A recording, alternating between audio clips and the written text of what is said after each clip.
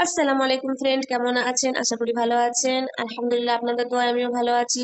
নতুন রুমে বাজারের জন্য কিছু ছিল না, সেই জন্য আপনার দাদাভাই কত কি বাজার করে নিয়েছে দেখুন।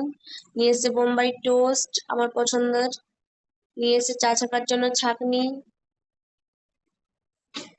নিয়ে এসেছে আম, 3টে পাকা আম নিয়ে এসেছে, আর একটা কাঁচা আম নিয়ে এসেছে। আম আমার প্রচুর পছন্দের একটা জিনিস। নিয়ে এসেছে সজনের ডাঁটা।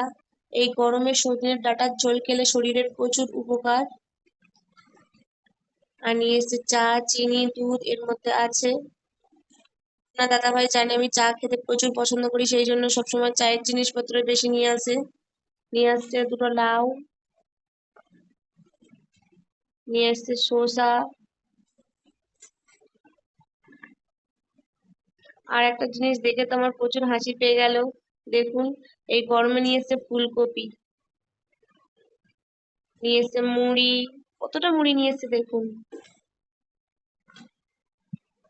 আর এতে আছে আলু, পেঁয়াজ। নিয়ে এসছে চা খাওয়ার জন্য প্যাটিস।